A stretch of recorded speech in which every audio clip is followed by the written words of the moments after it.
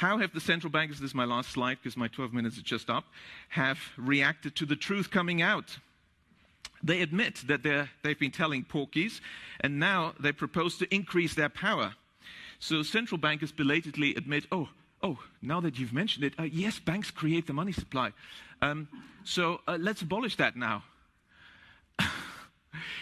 And also, by the way, let's abolish cash.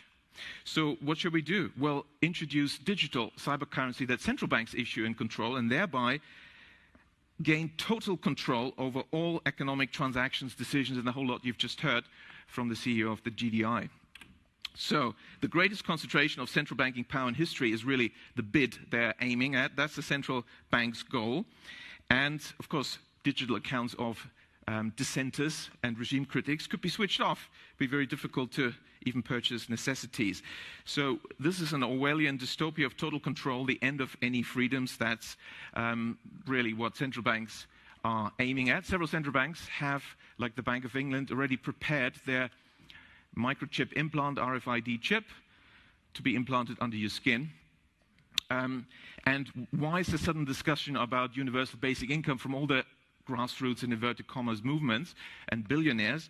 Oh, universal basic income is the bribe for you to accept the microchip. The overarching trend of the 20th century is concentration of power in the hands of the few. That's what we have to keep in mind. We have to work against this.